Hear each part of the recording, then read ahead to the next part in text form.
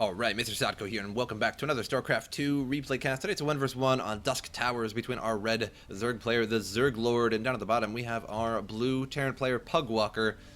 And we're going to speed this on up the 8x mark to the 2-minute point of the game, and everything starts to get pretty good. And if my voice sounds a little off today, I do apologize, but I was up in Colorado for a couple days at my girlfriend's sister's house, reconnoitering the area to move up there soon, and her two children were sick, and I think they passed that favor on to me, luckily enough. Gotta love that. It's the way she goes, boys. But should be okay, as I'm able to cast, but my voice is probably a little jacked up. But Reaper moving out for the Terran player, and Overlord gonna spot everything going on here. Factory coming up for the human player with a reactor. And the Zerg fast expands here, and has some Zerglings just waiting for that Reaper.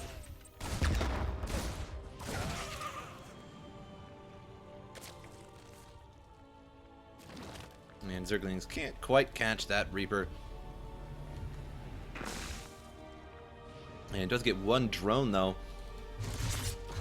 And Queen going to be a little bit too much. Throws a KD8 charge there, but misses all of the Zerglings.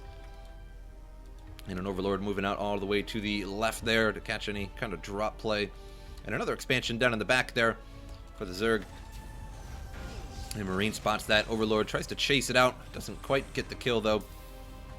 And now pumping out Widow Mines. Very interesting tactic here through the reactor. And pumping out a starport as well. And we'll see if he decides to drop these mines around or not. And if that is successful, Queen's around about, and gonna tumor up the place. It's not a tumor, and the Queen takes a KD8 charge there, but just chucks her around. Not too big of a deal. Reaper hops up on the ledge there to avoid the Zergling noise, and now the Overlord comes back again. Gonna try and dive through the base here and see what's going on. We'll actually take a look at his vision, see if he did see that starport. He did not. However, that Zergling may see it. He does. And those two Widow Mines on the ground. Don't think he's seen those, though. I think they were a little bit too far in the base, as he could just barely see the top of that starport. And now, 4 Widow Mines inside this medevac here. But he's going to move it right over this Zergling. And so that Zergling's going to see everything that's going on. Now he definitely knows that there is a medevac coming. And we'll be able to prepare thusly.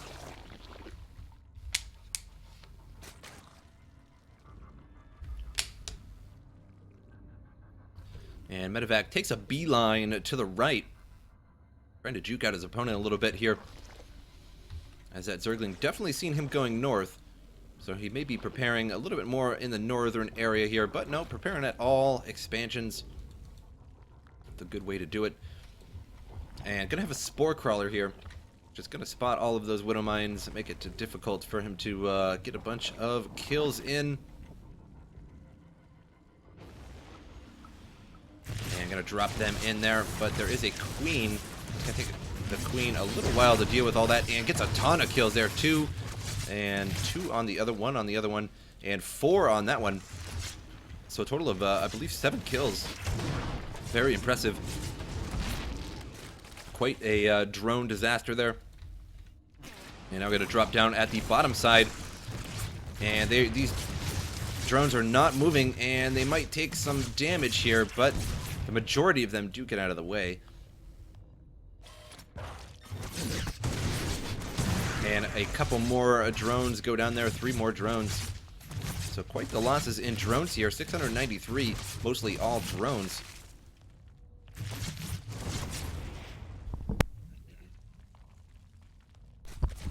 A very nice Widow Mine start there from our Terran player, Pugwalker. And now all in production. Infantry armor and weapons level 1. Some Banelings coming out for the Zerg player. And I do believe that Pugwalker's seen that Baneling nest. He did, and now scanning it again. And seeing everything that's going on, it's going to see that there's 2 evolution chambers and a Baneling nest. So he should be able to prepare for those Banelings. And now going to slam dunk the mules at the new expansion. And start turbo mining. Meanwhile, mate-arning some of those drones on over there. Some of those SCVs, not drones. Kind of the same thing, almost. Kind of a drone. Almost. And Marines defending the base here. There is a Overseer flying about. And the Marines spot that quick. And take it out in a very quick hurry there. Doesn't get to see much at all. Another medevac here moving out. And gonna spot that there's an expansion going up here. May be able to stop that. But I doubt he will get there in time. At most, do some damage to it. But there's gonna be 4 queens over here. Isn't that a type of liquor, 4 queens? Or is that 3 queens? I believe there's a liquor called 3 queens or 4 queens. Something like that. It's a very cheap liquor as well. Like 105 proof or something. I believe it is 4 queens. Now I have sparked my own curiosity there. And the banelings moving on out. And trying to search for something. And just moving them around randomly. Why not? Widow mines placed at the front of the base here. Just waiting for those banelings and or zerglings to come along. And another hatchery coming down here. A macro hatchery being built. Always was a fan of the macro hatchery and just slapping another hatchery in your base and just power producing on your opponent. Sometimes throws people off as they're just expecting 2 hatcheries, but to their surprise, they are hit with 3 hatcheries. Banelings now being created here in preparation for all these Marines moving out. Split them up a little bit, but then they just sort of bulk up again right away. Scans, takes out some of these tumors. All this creep will start receding here shortly. And a minor drop, or just run in over there with some Marines. Doesn't really amount to too much. Wouldn't mind going down, but doesn't amount to anything. Gets blasted and taken out there. And here comes the noise of Zerglings and a big wave of Zerglings. Don't think there's going to be enough Marines here at all. And these Marines are in big trouble here. Did not prepare enough for that. And 38 more Zerglings in production at the moment. All hatcheries must be producing at the moment. Even that ye olde macro hatchery producing. And all of the expansions. And now we have level 2 carapace and melee attacks. And level 2 armor and infantry weapons for the Terran as well. Terrans will come first. So as long as he attacks, as soon as those are done, he'll have a slight advantage. And now command center coming down here. Expect it to be a planetary fortress.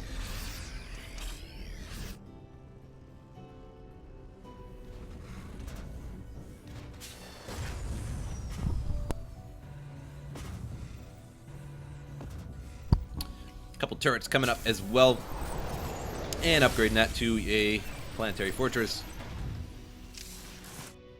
Another expansion for the Zerg coming down here. The Zerg expanding quite quickly and well, and the macro ability is pretty high at the moment, and the production comes out very, very quickly. Even more banelings coming in now, and a swath of mutalisks. What do you call a group of mutalisks? Kind of like a murder of crows. I'm gonna call it a swath of mutalisks. That sounds just about right. Suppose you could call it swarm, but that just seems a little. That seems a little too easy. The swarm, you know, that's too easy.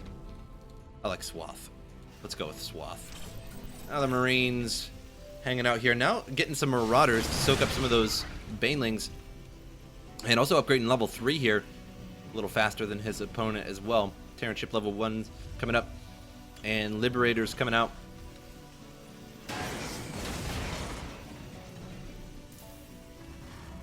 Planetary Fortress up and running. 2 refineries coming up. And the Widow Mines spread out fairly well. But now the Mutalisk harassment has begun. But there are Liberators coming out. which do quite well against Zerglings. I really do miss the Valkyrie, though. I wish they would have just released the Valkyrie, as I really like that unit. Although in StarCraft 1, it was actually somewhat a bad unit, particularly in large games, like if it was a 4 vs 4. And the sprite limit on the map was reached in StarCraft 1. The Valkyrie would not fire because its rockets were sprites, and it could not fire them. And that was very, very bad sometimes.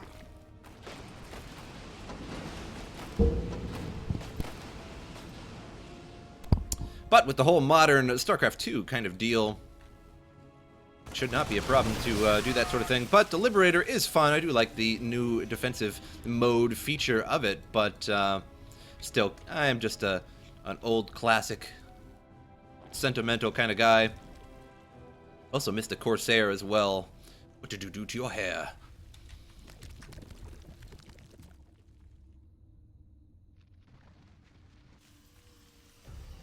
Now, a couple Liberators on the map here. 4 more Liberators in production.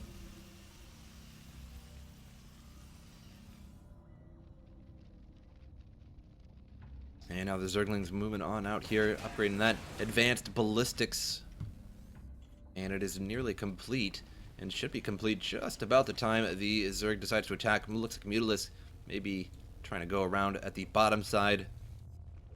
I see some Ultralisks as well. Looks like 2 Ultralisks on the map here. In the unit tab, 13, 53, 5 Liberators, 9 Widowmines, a couple Ultralisks there, 106 Zerglings, 12 Mutalisks, 25 Banelings. Level 3 is nearly completed, so now would be the time to attack if you can attack just right now, but looks like they will complete just as the battle will begin. Now the Zerglings are in the base of the Terran here, but the Liberators are just pounding these Zerglings with that extremely fast attack speed and very high damage. Just one-shotting these Zerglings, but there's so many Zerglings that can't one-shot them fast enough. And now pushing into the Zerg base.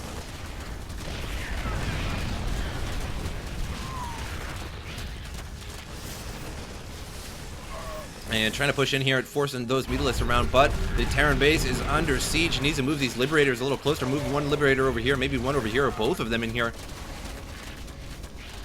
And with those Liberators all the way out there, they are not really doing their job right now. And Zergling is just ravaging the Terran base now.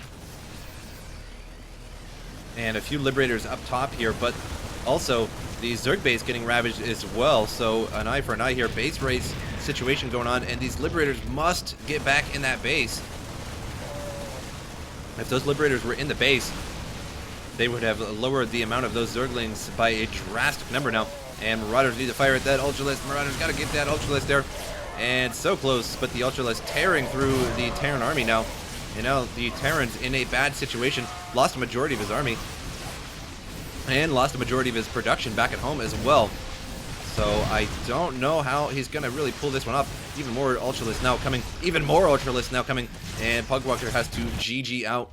And I think the replacement of these Liberators actually cost him the game. I do believe this placement here cost him the game. At first, they were absolutely destroying these Zerglings. However, he never moved them right here. I think that would have been key if you would have maybe put one up here, maybe one over here, and then sort of switched them proactively.